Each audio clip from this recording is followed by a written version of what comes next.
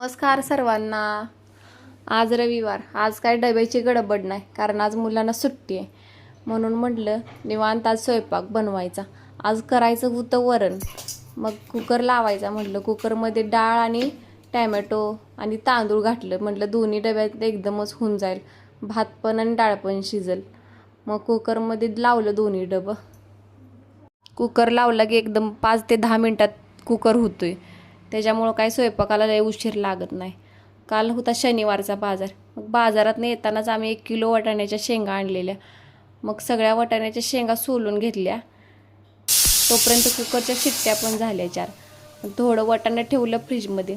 आत्तापुरतं थोडं वाटाणं करायचं म्हटलं. मग वाटाण्याला फोडणी देऊन घ्यायची म्हटलं. कांदा चिरून घेतला, टॅमॅटो पण चिरून घेतलं आणि एक वाटाण्याला फोडणी दिली. शिवराज आज सुट्टी आहे म्हटल्यावर लवकर उठून खेळायलाच गेला. आंघोळ केला नाही, काय नाही, तसाच गेलाय खेळायला. आणि आल्यावर मला म्हणायला लागलाय, मम्मा डोळं झाक, तुला काहीतरी गिफ्ट देतो. त्यानं काय गिफ्ट दिले बघा मला. हा कच्चा आंबा आणलाय पडलेला कुठला आणि मला द्यायला लागलाय. तोपर्यंत आमची वाटाण्याची आमटी पण तयार झालेली. तेवढ्यात मालकाने हाक मारली, ये जरा बटाट्याची पोती तेवढी जरा उचलू लाग, ठेवायची ती. जरा वजन जास्त असल्यामुळे एकट्याला उचलत नाही, ती खालनं वर ठेवायला लागते ती. मग जरा मी पण त्यांना मदत करते. बटाट्याची पोती टाकली, नंतर कांद्याची पण पोती टाकली. हे खालनं असं उचलायला लागतं, एकट्याला जमत नाही. मग मी पण जरा मदत करते. हिनी नेऊन टॅम्पोत भरतात सगळं. आज रविवार, आज बाजारला जायचं असतंय. काल मी कढीपत्ता पण आणलेला बघा, हिरवागार कढीपत्ता आहे. म्हटलं वरणात टाकायचा. वरणाला फोडणी देऊन घेतली. मिस्टरांना सावलीला लावायचं तर टॅम्पो.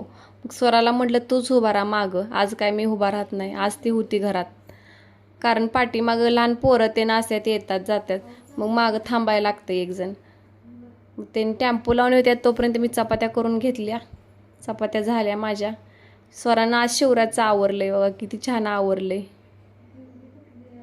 आम्ही मग जेवणाची ताटं घेतली. आज वाटाण्याची आमटी, वरण, तोंडी लावायला फरसाणा. कसं आहे आमचं जेवणाचं ताट. या मग जेवायला. भेटू नेक्स्ट ब्लॉगमध्ये. बाय.